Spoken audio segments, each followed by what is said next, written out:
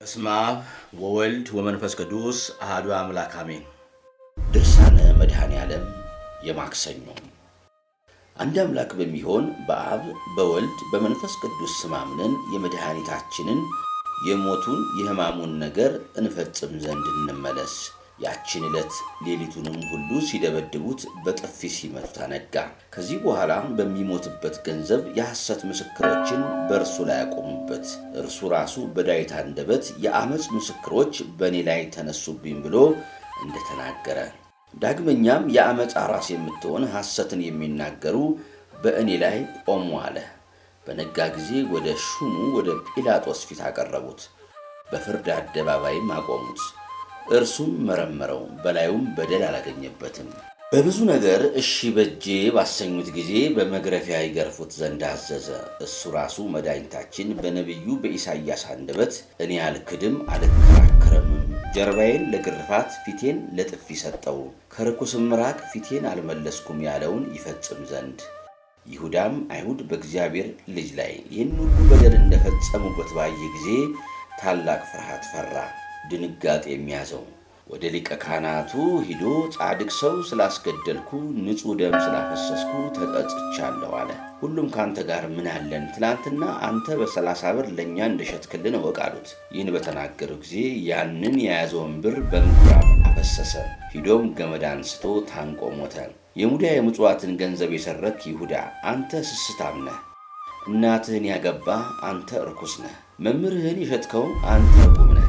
አባትህን የሰለብክ ታንቀ የሞትክ ጥፉ ነህ። ስለ አንተ ጠዋት ይፈጠራሉ ከእነርሱ አንዱ አይኖርም ተብሏልና። መዓልትም የተባለች ሐዋርያት የተፈጠሩባት ወንጌል ናት።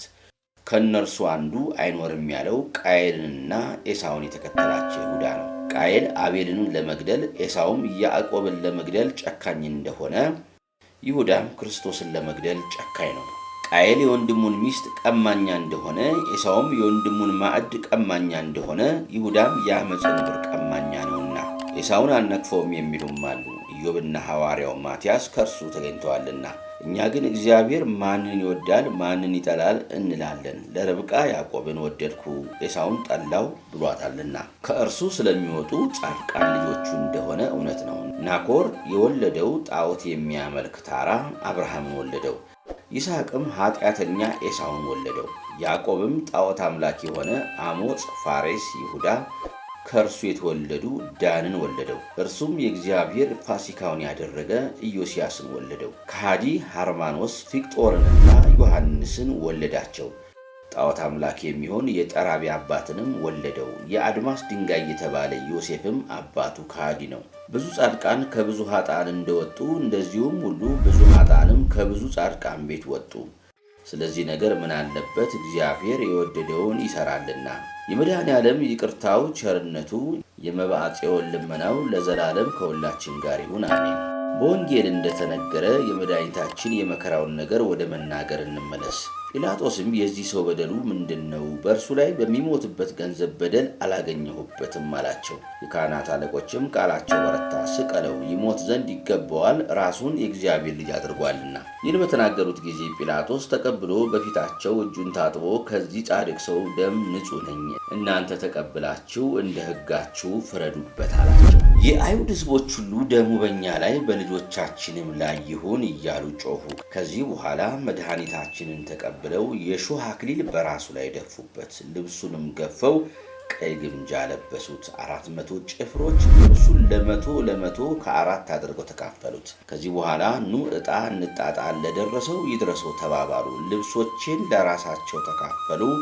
በመጎናጸፊያም ላይ ዕጣ ተጣጣሉ ብሎ የተናገረው መጽሐፍ ቃል ደርስ ይፈጸም ዘንድ ጭፍሮች እንዲህ አድርገው መድኃኒታችን መስቀሉን አሸክመው ቀራንዮ ወደሚባል ቦታ ወሰዱት። በዚያም በ5 ችንካሮች ቸንክረው ሰቀሉት። እነዚህም ሳዶር፣ አላዶር፣ ዳናት፣ አዴራ፣ ሮዳስ ናቸው። በራሳቸው ፈቃድ እነዚህ 5ቱ የእምነት ሞቶች ለጥምቀት ልጆች ተሰጡ። እነዚህም ጣዖት ማምለክ፣ ስራይ ማድረግ፣ መሰሰን፣ ነፍስ መግደል፣ ሐሰት መናገር፣ 5 ውሾች ብሎ ምስጢርን የሚያይ ዮሐንስ እንደተናገረ፣ እጄን እግሬን ቸነከሩኝ፣ አጥንቶቼንም ሁሉ ቆጠሩ፣ እነርሱ ግን አውቀው ቸላሉኝ ወደሚለው እንመለስ። በዚያን ጊዜ በቀትር ሰዓት ሙሽራዋ ነፍሴ የወደደች ሆይ በቀትር ጊዜ ወዴት ትሰማራለህ? ወዴትስ ትተኛለህ? በሌሎች መንጋ የምቅበዘበዝ እንዳልሆን አለች ብሎ ሰሎሞን እንደተናገረ መድኃኒታችንን እንደዚሁ አደረጉበት። 2 ወንበዴዎችንም አምጥተው አንዱን በቀኙ አንዱን በግራው ከእርሱ ጋር ሰቀሉ። የበደሉንም መጽሐፍ በራሱ ላይ አኖሩ። ከዚህ በኋላ ይፋጠኑ ጀመሩ። አሸክትን የሚያመጣ አለ፣ ሆምጣጤም የሚያመጣ አለ፣ ከርቤንም የሚያመጣ አለ፣ ሐሞትንም የሚያመጣ አለ፣ ዘንግንም የሚያመጣ አለ፣ ጦርንም የሚያመጣ አለ፣ ራሱን ይመታው ዘንድ የሚመጣ አለ፣ በጥፊ ይመታው ዘንድም የሚመጣ አለ። በፊቱ ምራቅን የሚተፉበት አሉ። ክርስቶስ በጥፊ የመታ ማን ነው? ራስን የደበደበ ማን ነው? ለእኛ ተናገር እያሉ በፊቱ የሚንበረከኩ አሉ። ዳግመኛም ዛሬ ግን በምንወጋ ገንዘብ አብርሃም ሳይፈጠር እኔ አለው ያልክ፣ ዛሬ ግን በምንወጋ ገንዘብ ይህን ቤተ መቅደስ አፍርሱት በሦስተኛው ቀን አነሳዋለሁ የምትል ወይ? ዛሬ ግን በምንወጋ ገንዘብ ሥጋዬን የበላ ደሜንም የጠጣ ለዘላለሙ አይሞትም ያልክ ወይ ይሉታል። መድኃኒታችንም ይህን ሁሉ እየሰማ ዝም አለ። ይህን ሁሉ በላዩ ላይ ሲያደርጉበት አንድ ቃል አልመለሰም። እኔ እንደ ደንቆሮ የማይሰማ አፉንም እንደማይከፍት ድዳ ፈጽሞም እንደማይሰማ ሆንኩ። በአንደበቱ መናገር እንደማይችል ዝም አልኩ። ራሴንም ዝቅ አደረግኩ፣ ለበጎ ነገርም ዝም አልኩ ያለውም የዳዊት ቃል ይፈጸም ዘንድ።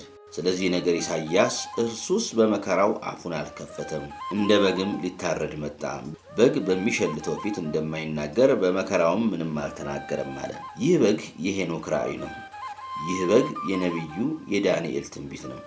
ይህ በግ የሳሙኤል መሥዋዕት ነው። ይህ በግ የአብርሃም መሥዋዕት ነው። ይህ በግ ቀንዱ በነጭ አረግ የተያዘ የይስሐቅ መሥዋዕቱና ቤዛው ነው። ይህ በግ ደሙ የሰቀሉትን የሚከሳቸው ነው። አረዱት፣ አልበሉትም፣ አዩት፣ አላመኑበትም።